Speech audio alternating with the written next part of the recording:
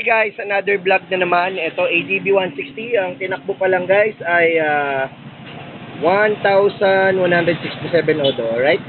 So guys, sample demo ko lang yung ginawa natin quick setup dito sa ADB 160. Meron tayong dual horn mode switch. Alright? Back to stock, meron yan. Tapos meron din tayong loud horn mode. Pag pinindot nyo to guys, magla-loud horn siya. PIA. Alright? Pag ginawin mo rapid, alright? Yung passing light niya, button lang ginawa natin para easy access.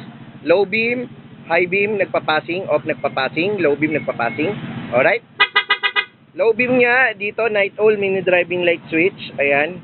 Pagka nakababa, low beam siya. Pagka nakagitna, off. Pagka nakataas, high siya. Alright? High, off, low. Alright? Ganun lang.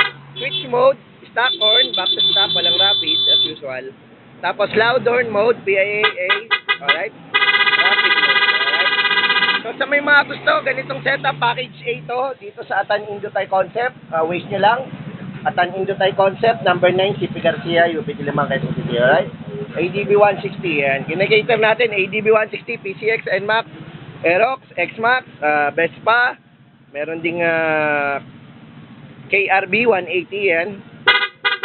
All type of scooter, oh. Package A.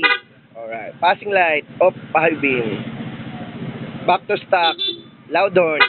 Rapid. Alright. Package A. Alright.